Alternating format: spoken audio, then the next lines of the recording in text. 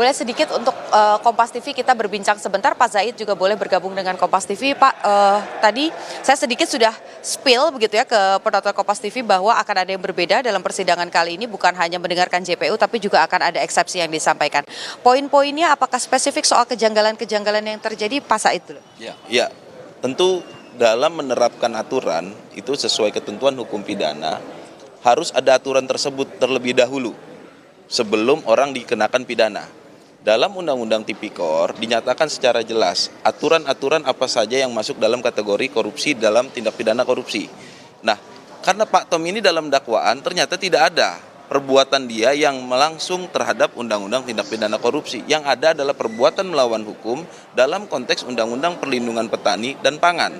Nah, harus ada korelasi di situ adalah pasal 14 itu tadi. Nah, sayangnya dalam dakwaan pasal 14 ini tidak ada. Jadi korelasinya kedua undang-undang ini terhadap Pak Tom apa? Dan hal lagi yang lebih penting, dalam dakwaan itu ternyata Pak Tom itu perbuatan melawan hukumnya itu salah satunya adalah karena melanggar masalah pemberian izin itu, tapi konteksnya adalah masalah pembelian gula dari pabrik. Sedangkan undang-undang yang digunakan adalah kalau itu pembelian gula dari petani. Jadi ini nggak sinkron. Loh, kenapa dikenakan undang-undang perlindungan terhadap petani ketika orang-orang yang mendapat persetujuan impor, bukan izin impor. Pak Tom nggak bisa menerbitkan izin impor, yang menerbitkan adalah Dirjen. Tapi persetujuan impornya memang harus dia selaku mewakili negara, dalam konteks ini adalah selaku menteri. Gitu. Nah, kenapa Pak Tom malah dikenakan terhadap undang-undang tersebut? Harusnya kalau yang dibeli itu gula dari petani, silakan pakai undang-undang perlindungan petani. Tapi ini para distributor atau perusahaan gula ini, PT PPI ini selaku BUMN membelinya dari perusahaan swasta, dari pabrik. Kenapa pakai undang-undang perlindungan petani? Ini kan nggak sinkron.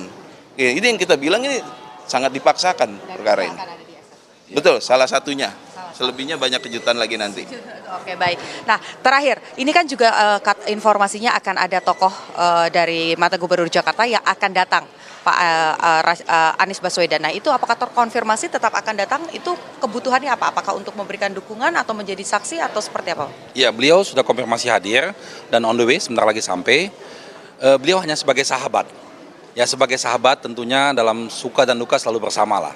Saat ini dia mensupport Pak Tom agar supaya tegar menghadapi proses persidangan ini, dan beliau tidak sebagai saksi dan tidak sebagai apa-apa, hanya sebagai sahabat kehadirannya. Oke, baik. Terima kasih, kita nantikan, kita tunggu pintunya dibuka dan kita akan saksikan persidangannya akan seperti apa nanti di dalam. Terima kasih Pak untuk informasinya kepada Kompas TV. Jadi saudara, tadi sudah disampaikan semua masih dalam proses menunggu, sama-sama menunggu apakah nanti JPU akan memberikan dakwaan yang persis sama dengan apa yang sudah beredar selama ini atau nanti akan ada fakta-fakta baru yang juga akan ditunjukkan di persidangan. Dan tentu saja kita juga nantikan apakah Anies Baswedan ini akan tiba di Tipikor Jakarta Pusat. Adisti, kembali ke Anda di studio.